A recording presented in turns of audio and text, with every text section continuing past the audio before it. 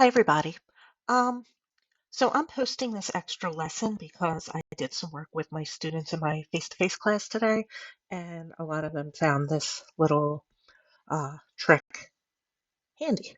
So let's go ahead and have a look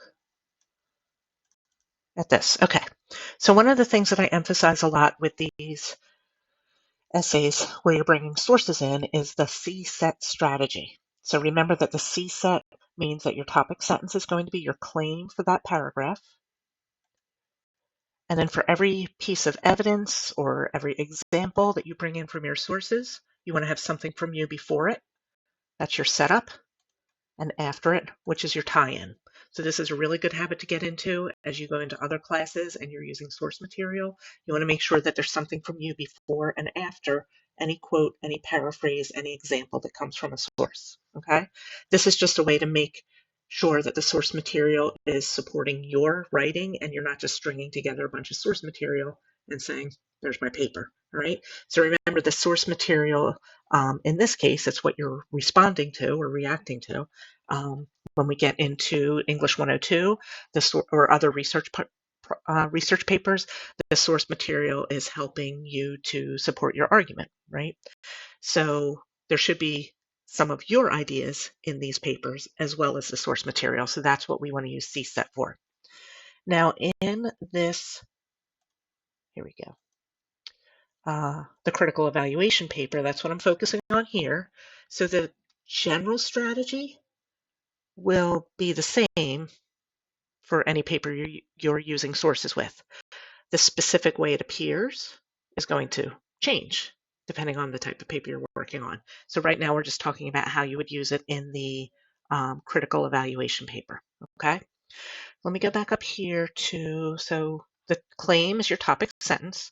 So all four of your evaluation paragraphs should have a really strong topic sentence that helps to establish the focus for that paragraph so you know what you should be discussing. It makes it a lot easier for your reader to follow your ideas. So it's a good practice to get into in academic writing. The way I'm going to go through this, I'm going to give you these little templates. I'm going to give you these little templates, and let me just do this. There we go, so we don't get disturbed again. I have a meeting tomorrow, as you can see. So I'm going to give you these templates or these mentor sentences, and you can use them as kind of starting points, but of course you can, you know, change the wording a little bit to make it your own style, but what you want to pay attention to is what should be in that sentence and what shouldn't be in that sentence. Okay? But then you can kind of change the wording if you feel like you need to, so you don't want to follow the same pattern or template that I'm giving you. But let's go through this. All right. So I've talked about topic sentences before, but let me just give you a reminder. In this paper, remember that in the evaluation paper, we're talking about the author's writing choices or the strategies. It's about how they write, not what they write. So each of your evaluation paragraphs is going to focus on a choice or a strategy. So do they use credible sources? Do they appeal to pathos?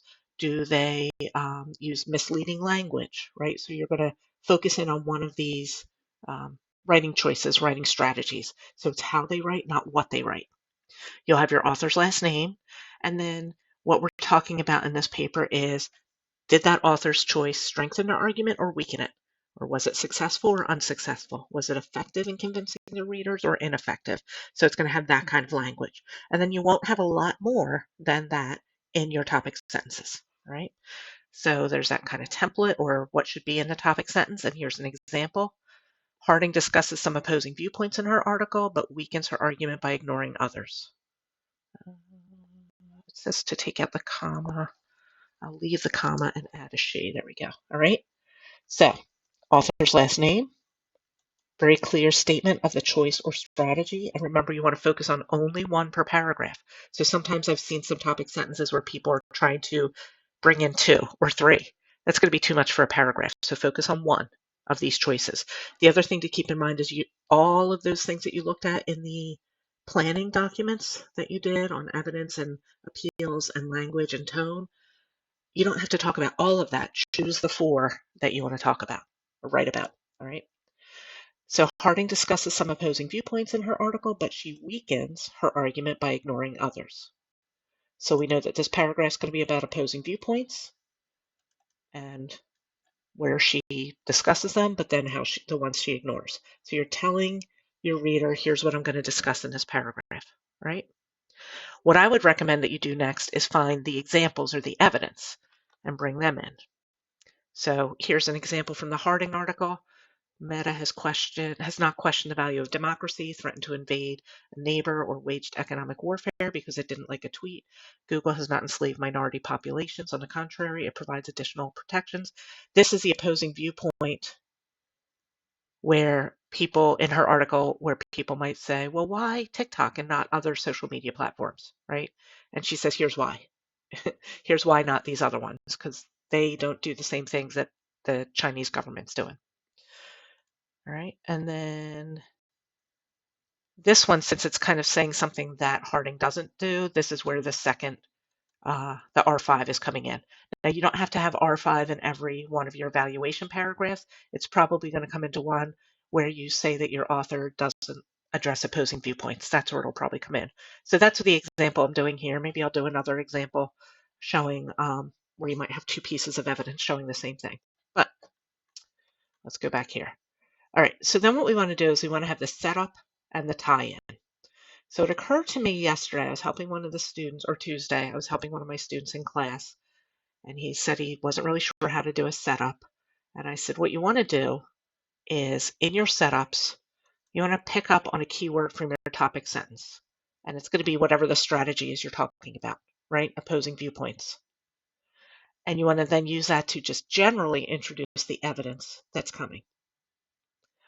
So a template might be one place where the author does this is when she's doing this, right? So it's all very general.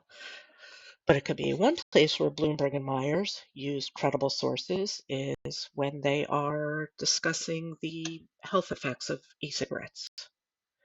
One place where Chen appeals to pathos is when she describes the effects on drug users of the safe injection sites, right? So it's just kind of this lead-in to the evidence, kind of a general lead-in, but also tying it back to the topic sentence.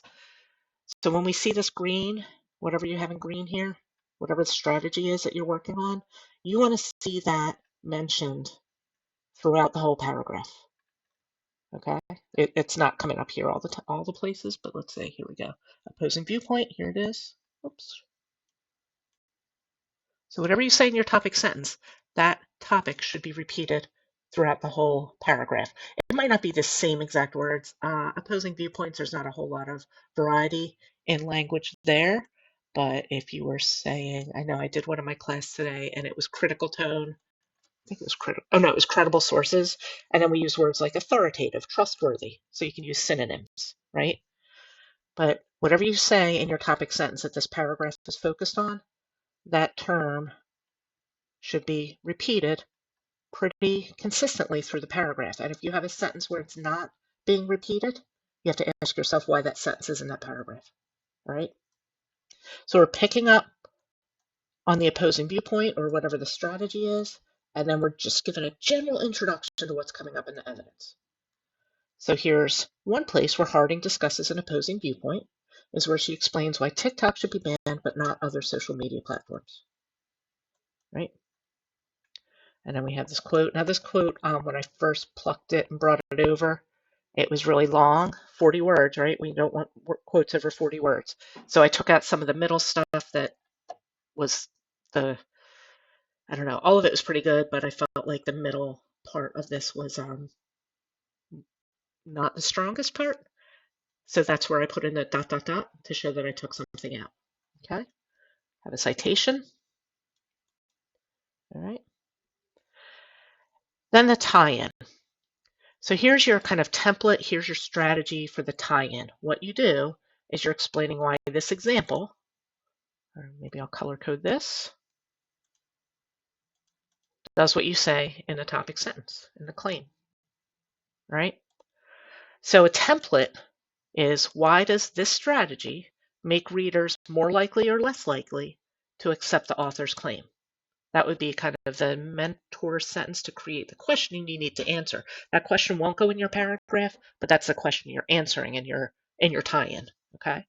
So for this particular example, why does acknowledging this opposing viewpoint make readers more likely to agree with a TikTok ban?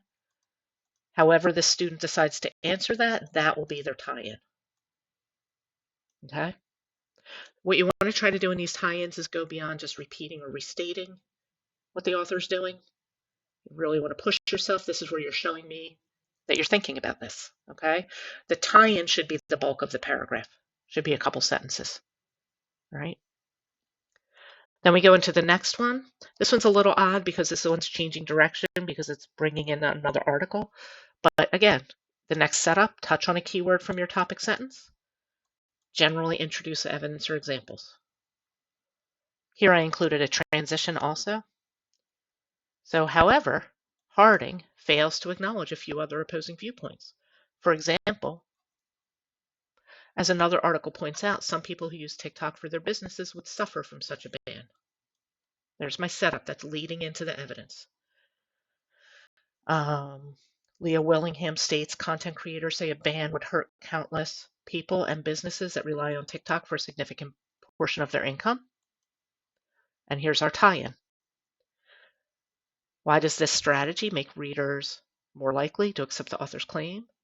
So why does Harding's ignoring this opposing viewpoint make readers less likely to agree with a TikTok ban? That's the answer. That will be the tie-in. All right. So I don't want to act like, oh, it's simple. It's not. This is going to be hard because this is, you really have to be thinking about things here and thinking about the effect on the reader. All right. So these tie-ins can be challenging, but hopefully this little template, little kind of mentor sentence, little hint might get you to what those tie-ins should be discussing. Now there's one other part in the evaluation paragraphs, the body paragraphs that I recommend, and it's a concluding idea. It's a final one sentence at the end of the paragraph that wraps it up. And these are tough also. I have a lot of students who are like, I don't know what else to write. So here's a couple tips. First thing I would avoid is I would avoid ending on any specific material from a source because you should always have something from you after material from a source. You should always have that tie-in. So if you're ending on a quote, then you're not including a tie-in, all right? The other thing that I recommend ending on is a sentence that introduces the next paragraph. I know that this is something that's taught by teachers like in high school. To me, it always sounds a little bit awkward. That would be like if this student writing about Harding's TikTok, if they had a sentence here that said, Harding strengthens her argument by using credible sources. That would sound weird in a paragraph that's about opposing viewpoints, right? So that always sounds a little odd to me. So I would stay away from these two strategies. If nothing else, sometimes the tie-in for your last piece of evidence, it might do the job if it's general enough. So if that's what you have, and that's what the best you can come up with, that's better than one of these, right? The other thing that you might try to do is just restate the topic sentence, because that's kind of what this concluding idea is meant to do. But it's nice if it can be a little bit more than just simply restating. So that's what we're striving for here. A sentence that restates the topic sentence, but with a little bit of so what now. So she addresses some opposing viewpoints, doesn't address all of them. All right. So because she doesn't address all opposing viewpoints, Harding may lose some readers who won't agree to supporting a TikTok ban, right? So there's that so what. Here's what she's doing. Here's the so what. All right? So do your best with that as well. So anyway, as I said, I had students in my face-to-face classes who were asking for help with setups and tie-ins. I could see in some of the work that I've looked at from that people have submitted that some people were struggling with this.